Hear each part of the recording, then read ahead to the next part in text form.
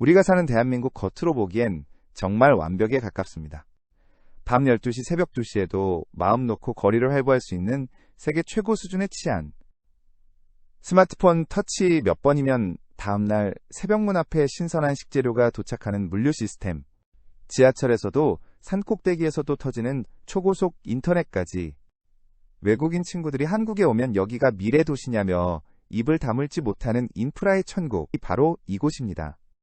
그런데 참 이상합니다. 이렇게 살기 편하고 익숙하고 모든 것이 갖춰진 나라를 등지고 짐을 싸는 사람들이 급증하고 있습니다. 그것도 생활이 어려운 분들이 아닙니다.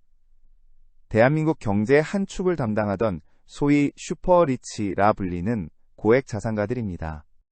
최근 영국의 투자 이민 컨설팅 업체 헨리 앤 파트너스가 발표한 보고서는 충격적입니다. 한국은 중국, 영국, 인도에 이어 전 세계에서 네 번째로 부자들이 많이 떠나는 나라로 지목되었습니다. 올해에만 약 1,200명 이상의 고액 자산가가 한국 국적을 포기하거나 거주지를 해외로 옮길 것으로 예측됩니다. 전쟁 중인 러시아보다도 자산가 유출이 심각하다는 이 데이터는 지금 우리 경제 내부에서 전쟁 못지않은 심각한 일이 벌어지고 있다는 무언의 경고입니다. 도대체 그들은 왜 이 편리한 천국을 버리고 말도 잘 통하지 않는 낯선 타국으로 떠나는 걸까요? 단순히 세금을 덜 내고 싶어서일까요? 아니면 우리가 모르는 더 근본적인 공포가 그들을 쫓아내고 있는 걸까요? 오늘 이 영상에서는 그들이 침묵 속에 한국을 떠나는 진짜 이유와 그로 인해 우리 경제에 닥쳐올 나비 효과, 그리고 이 거대한 파도 속에서 살아남기 위해 그들이 선택한 마지막 은밀한 전략까지 낱낱이 파헤쳐 보겠습니다. 부자들이 떠나는 이유를 물으면 열의 9은 세금을 꼽습니다. 흔히들 있는 사람들이 더하다 돈 많이 벌었으면 세금 좀 더 내는 게 어떠냐라고 말씀하실 수 있습니다. 맞습니다. 노블레스 오블리주 가진 자의 사회적 책임은 중요합니다. 하지만 지금 우리가 마주한 문제는 단순한 도덕성의 문제가 아니라 수학적 생존 불가능의 문제입니다. 그 중심에는 전 세계에서 가장 가혹하다고 평가받는 대한민국의 상속세가 자리 잡고 있습니다. 팩트부터 체크해 보겠습니다. 현재 한국의 상속세 최고 세율은 50%입니다. OECD 회원국 평균이 25% 수준이니 이미 출발선부터 남들보다 2배나 무거운 짐을 지고 있는 셈입니다. 하지만 진짜 문제는 따로 있습니다. 대한민국 기업인들에게만 적용되는 전 세계 어디에도 없는 아주 독특하고 가혹한 제도, 바로 최대주주 할증과세입니다. 이 제도의 논리는 이렇습니다. 당신이 대기업의 오너로서 주식을 물려주면 단순히 주식의 가격뿐만 아니라 경영권을 행사할 수 있는 프리미엄까지 물려주는 것이니 세금을 더 내라. 그래서 주식평가액의 20%를 가산해서 세금을 매깁니다. 이렇게 계산하면 실질적인 최고 세율은 무려 60%까지 치솟습니다. 이게 얼마나 비현실적인 숫자인지 감이 오시나요? 내가 평생 피땀 흘려 일구어 놓은 회사의 가치가 100이라면 내가 죽는 순간 그중 60을 국가가 가져간다는 뜻입니다. 남은 40으로 회사를 지켜야 하는데 이게 가능할까요? 전 세계 압도적 1위인 이 세율 앞에서 기업의 영속성을 논하는 것 자체가 어불성설입니다. 다른 나라들은 어떨까요? 우리가 흔히 복지천국이라고 부르는 스웨덴은 이미 2005년에 상속세를 완전히 폐지했습니다. 이케아 IKEA 창업자가 상속세 때문에 스웨덴을 떠난 사건이 결정적인 계기가 되었죠. 캐나다, 호주, 싱가포르도 상속세가 없습니다. 그래도 유럽 선진국들은 세금을 많이 걷지 않나? 라고 반문하실 수 있습니다. 맞습니다. 하지만 그들은 기업을 건드리지는 않습니다. 독일은 명목 상속세율이 있지만 가업상속 공제제도가 매우 강력합니다.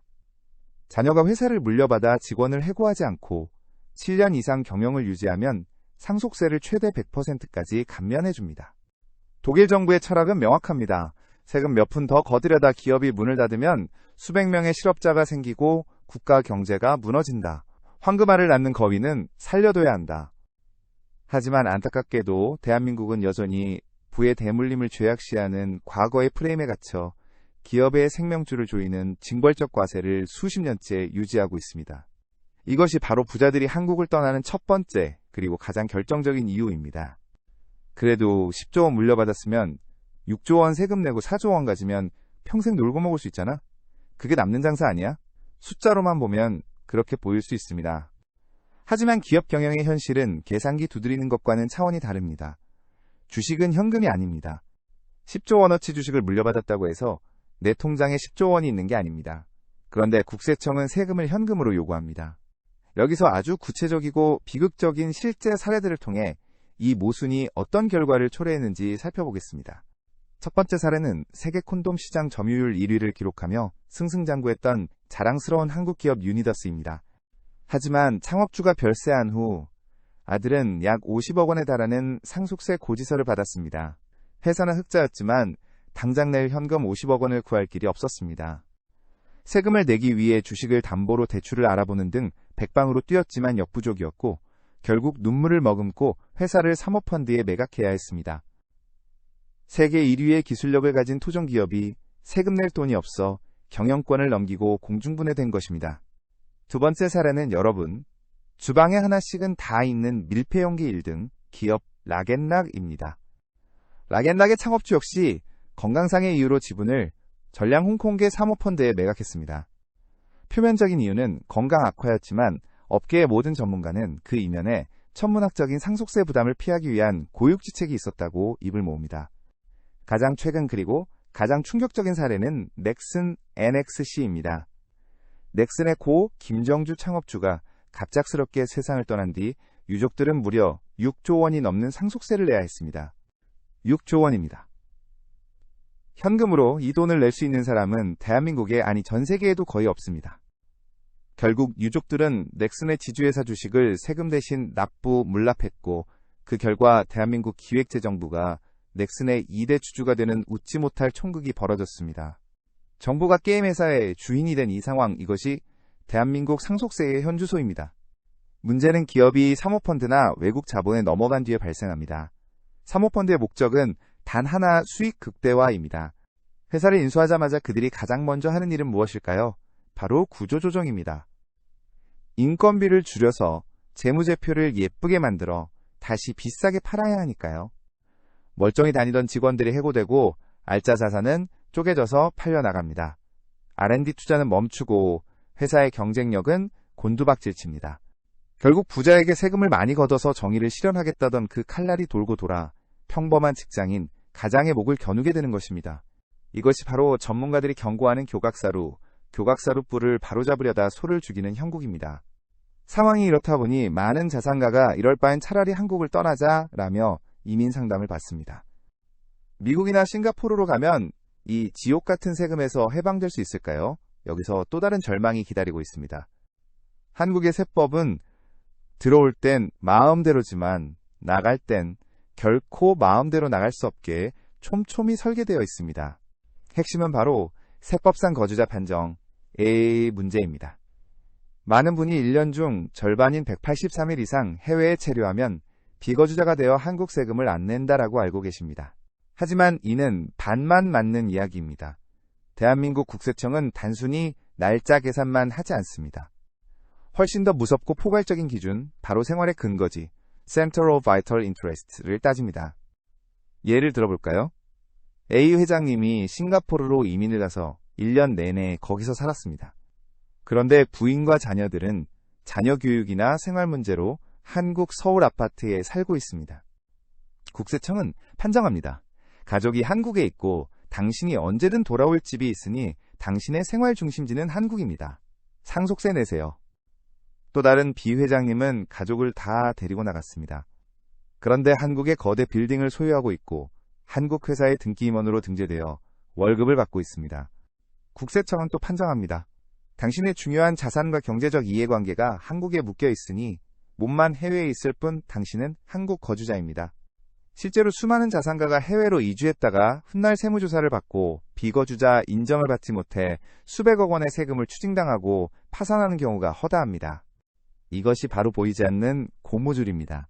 몸은 멀리 가도 자산가 가족이라는 고무줄이 한국에 연결된 이상세법은 당신을 다시 끌어당깁니다. 이 모든 그물을 피해서 정말 완벽하게 이민을 간다고 칩시다. 그러면 마지막 관문 국외 전출세, 엑시텍스가 톨게이트처럼 기다립니다. 대주주가 해외로 이민을 가는 순간 보유하고 있는 주식을 그날 시장 가격으로 모두 판 것으로 간주해서 양도소득세를 매겨버립니다. 아직 주식을 팔지도 않았는데 너 이제 한국 사람 아니니까 나가기 전에 미실현 이익에 대한 세금 20에서 25%를 미리 내고 나가라고 강제하는 겁니다. 결국 한국에 남아있자니 60% 상속세 폭탄이 터지고 떠나자니 국세청의 저인망식, 감시망과 출국세가 발목을 잡습니다. 그야말로 진퇴양난 사면초가에 갇혀버린 형국입니다. 이 답답하고 절망적인 상황에서 진짜 똑똑한 자산가들은 감정적인 탈출 대신 이성적인 시스템을 구축하기 시작했습니다. 한국이라는 땅을 떠나지 않으면서도 세금 폭탄으로부터 나의 자산과 기업을 지킬 수 있는 유일한 합법적 대안. 그것이 바로 오늘 이야기의 핵심 솔루션 가족법인 패밀리 코퍼레이션입니다. 이것은 일종의 자산의 법이나 전략입니다. 쉽게 비유하자면 개인이 가진 자산을 나의 지갑에서 가족이 주인이 되는 튼튼한 금고로 옮겨 담는 것입니다. 왜 개인 명의를 법인 명의로 바꿔야 할까요? 여기에는 세 가지 결정적인 경제적 이유가 있습니다. 첫째, 소득세와 법인세의 거대한 세율 격차를 이용합니다. 대한민국에서 개인이 월급이나 이자 배당으로 돈을 많이 벌면 최고 45% 지방세까지 합치면 49.5%의 세금을 냅니다. 번 돈의 딱 절반을 국가가 가져갑니다. 하지만 법인을 세워서 투자를 하거나 사업을 하면 어떨까요? 법인세는 최고 19%, 과세표준 200억 이하 중소기업 기준 9%에서 19% 수준입니다. 생각해 보십시오. 세금으로 나갈 뻔한 30%의 돈을 아껴서 그 돈으로 다시 재투자를 합니다. 이 과정이 10년에서 20년 반복되면 복리의 마법이 일어나 자산의 크기는 개인일 때와는 비교할 수 없을 만큼 거대해집니다. 둘째 시간을 무기로 상속세의 충격을 분산시킵니다. 가족법인을 세울 때 처음부터 자녀들을 주주로 참여시킵니다. 그리고 법인이 벌어들인 이익을 배당이나 급여 형태로 10년에서 20년에 걸쳐 아주 천천히 계획적으로 자녀들에게 이동시킵니다. 만약 100억 원을 사망 시점에 한 번에 물려주면 50억 원이 세금으로 날아갑니다. 하지만 가족법인을 통해 20년 동안 매년 5억 원씩 나누어 주거나 법인의 주식 가치를 조절하여 증여하면 낮은 세율 구간을 적용받아 세금을 획기적으로 줄일 수 있습니다. 이것은 세금을 안 내는 것이 아니라 감당할 수 있는 수준으로 쪼개서 내는 전략입니다. 셋째, 경영권 방어의 핵심입니다. 이것이 가장 중요합니다. 창업주 개인이 회사 주식을 직접 들고 있다가 갑자기 사망하면 유족들은 상속세 60%를 내기 위해 눈물을 머금고 주식을 시장에 내다 팔아야 합니다. 그러면 지분율이 떨어지고 적대적 M&A 세력에게 경영권을 뺏기게 됩니다. 하지만 가족법인이 지주회사가 되어 핵심 기업의 주식을 가지고 있으면 상황이 완전히 다릅니다. 창업주가 사망해도 법인은 사라지지 않습니다. 법인이라는 든든한 껍질이 주식을 품고 있기 때문에 주식을 한 주도 팔지 않고도 경영권을 안정적으로 유지할 수 있습니다. 한성바이오나 넥슨 같은 비극을 막을 수 있는 유일한 방패인 셈입니다. 이 전략은 불법적인 탈세나 꼼수가 아닙니다. 삼성의 이재용 회장도 워런 버핏도 전 세계의 수많은 명문가와 유대인 자산가들이 사용하는 글로벌 스탠더드 승계 전략입니다. 세금을 회피하는 것이 아니라 현행상법과 세법이 허용하는 테두리 안에서 자산을 가장 안전하게 지키고 관리하는 지혜인 것입니다. 오늘 우리는 대한민국 부자들의 탈출 러시와 그 이면에 숨겨진 상속세의 공포, 그리고 가족법인이라는 생존 전략까지 아주 긴 이야기를 나눴습니다.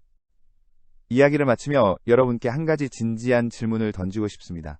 우리는 흔히 부자에게 세금을 왕창 걷어서 서민에게 나눠주자고 말합니다. 듣기엔 참 달콤하고 정의로운 말처럼 들립니다.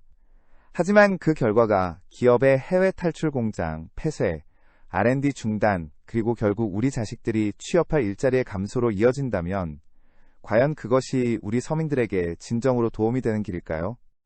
이소부화 속 농부는 황금알이 탐나서 거위의 배를 갈랐습니다. 그날 저녁은 배불리 고기를 먹었을지 모릅니다.